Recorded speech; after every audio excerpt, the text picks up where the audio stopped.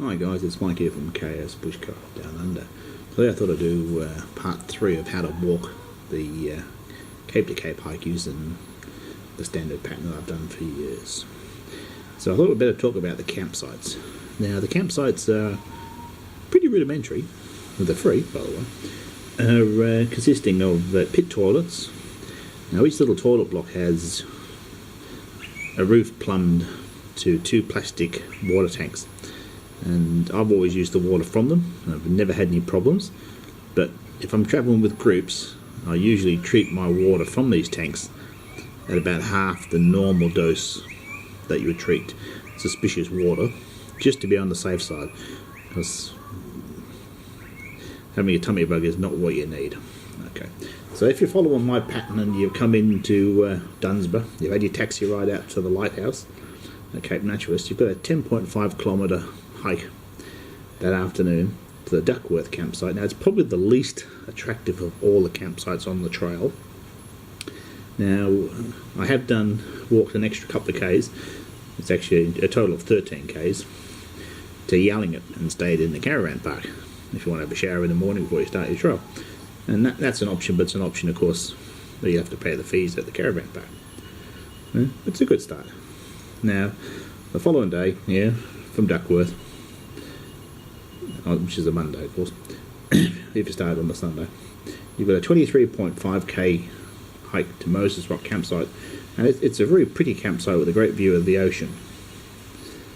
Okay, the following day you have a walk of 21.5k's to Ellens Brook Campsite, and it's a hike you actually get through at a reasonably rapid rate of knots.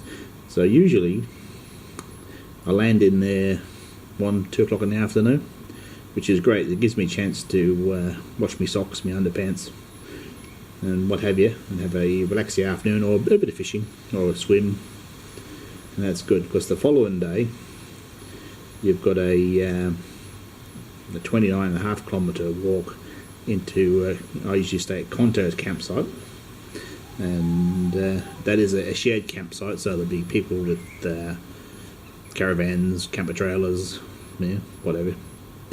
Now there is an option to walk on from there to a campsite called Point Road. It's only about 3 k's further down the road, but there is no water at Point Road. So I have stayed at Point Road in the past, and you need to carry water for that night and water for the next day, so it's a bit of a slug. So I'd recommend that you stay at Contos,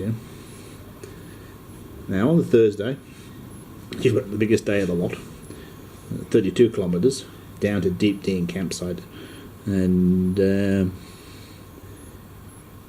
is a bit of a lunch put in the Hamlin Bay Caravan Park. Now people that do a 7-day often stay at the caravan park, but I never have. And by the time you get to Deepdene, you'll be quite tired. Now in years gone past, finding Deepdene was a real challenge, but these days it's quite well marked. So that'll be the Thursday. And on the Friday, you do your run for the Cape Leeuwin Lighthouse. Now you've only got 17.5 kilometres to do, and I've always been there 11 o'clock, so before lunch. And then it's a taxi into Augusta or a lift. It's quite often you get a lift, unless you're real hardcore and you can hike the last section, which you can, and shower at the caravan park, good meal at the hotel which you're ready for, and then the bus at 3 o'clock in the afternoon, return to Perth. Now I've always walked this hike from the north to the south, and the reason, if you listen to the figures I'm quoting, is the first few days to get your legs in, eat your food, to reduce your pack weight before you get a couple of real big days towards the end, and it works quite well.